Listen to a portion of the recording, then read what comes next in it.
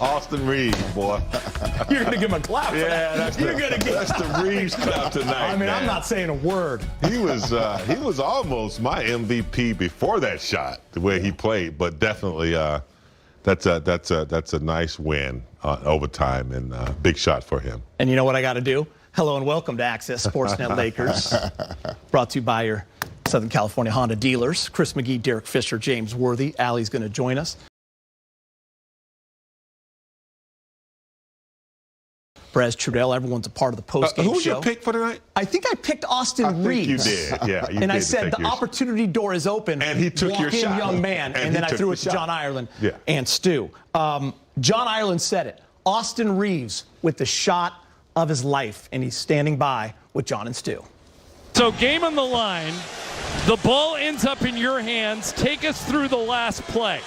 I mean, there was about one second left, and I didn't have anything else to do but shoot it. I'm walking on the court. Coach Mike P told me, if it comes to you, knock it down. So, great pass, and I made a shot. Well, what happens, Austin? You've turned into a three-point shooter. All of your attempts tonight were from behind the arc, and you made 5 of the 6. Yeah, I mean, I just try to give what the defense takes from me. The guys made really good plays for me, and Coach put me in a good position. So it's a good team win. Austin, what does it mean to you that Frank Vogel and the coaching staff stuck with you throughout the fourth quarter and throughout overtime? It means a lot. I guess I have their trust, I can say that. But, it feels good. Just to be out there competing. That's the most minutes I've played in a while. So I'm happy to be playing basketball for a living. Well, you talked about the most minutes for a while. Obviously, the leg is starting to really feel like it should feel, and you've gotten your legs under you now since you've come back. Yeah, that's what it takes is just repetition and playing basketball games. This is the highest level basketball that you could possibly play. So it's a grind every day, but I feel good. And like I said, it's a good team win.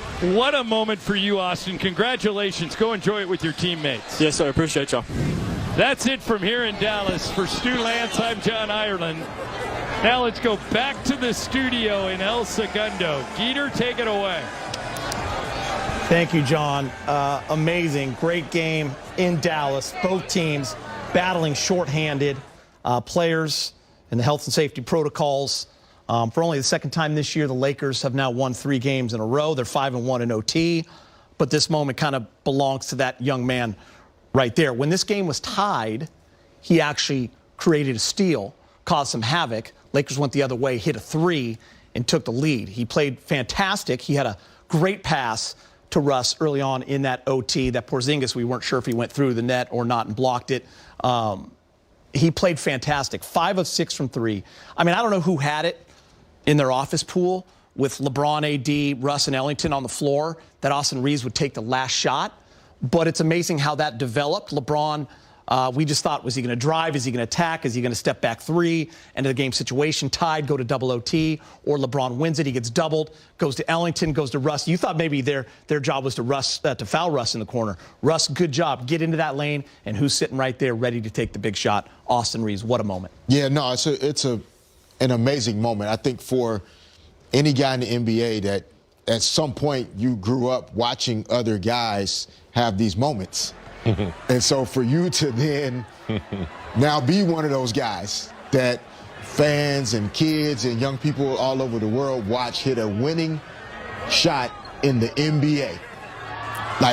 There's no greater feeling. You should know. For a player. And so it's just, most of the time those moments happen, especially for guys like Austin, kind of by accident. It's not the plan. Usually, we also criticize guys when they act like they're scared to shoot, and he should have shot it instead of passing it.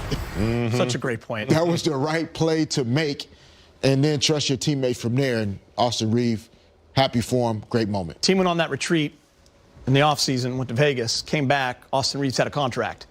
He was initially going to be a two-way player.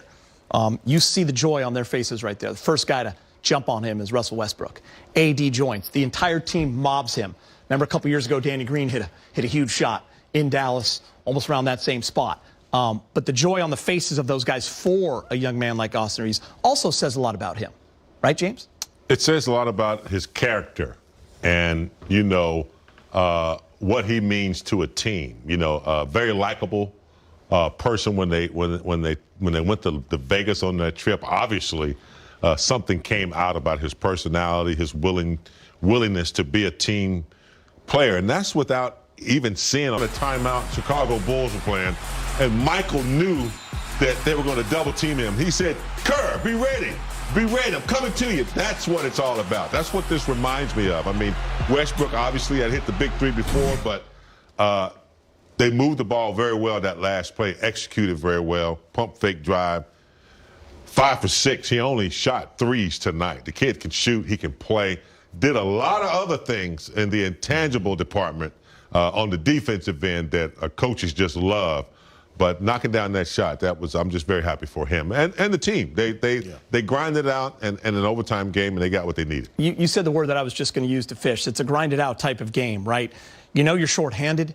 It's been a crazy 48 hours with this team canceling both practices. Malik Monk having to come home.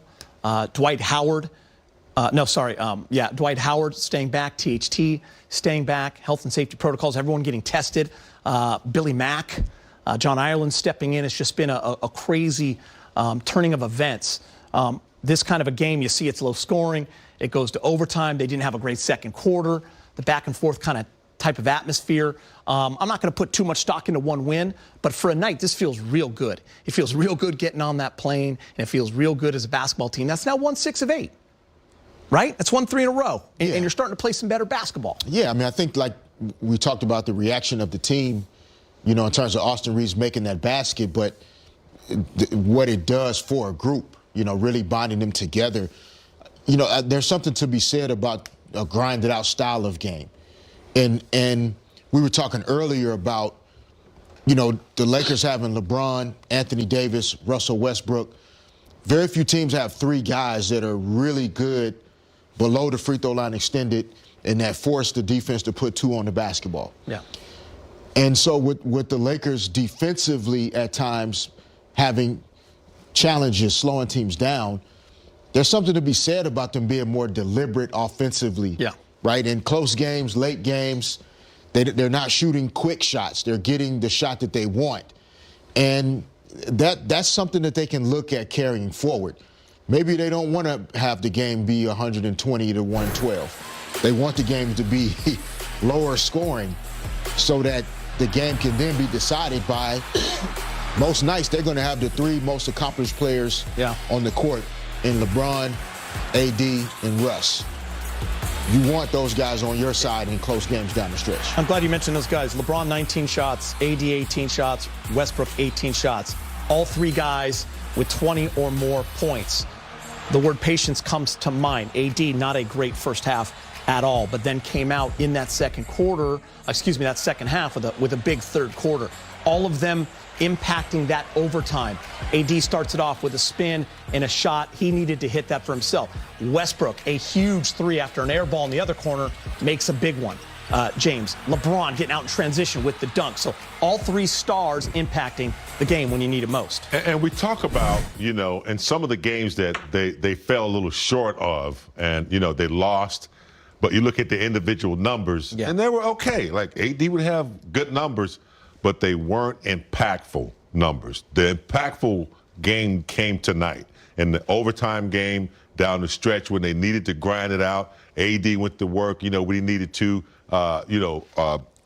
Westbrook hitting a big shot, LeBron making the good decisions. And then guys like Ellington and also Reeves, you know, it was a good team effort. But I think, you know, they're learning how to play the game, like Fish said. Be a little bit more deliberate, wait for their shots, don't be panicking.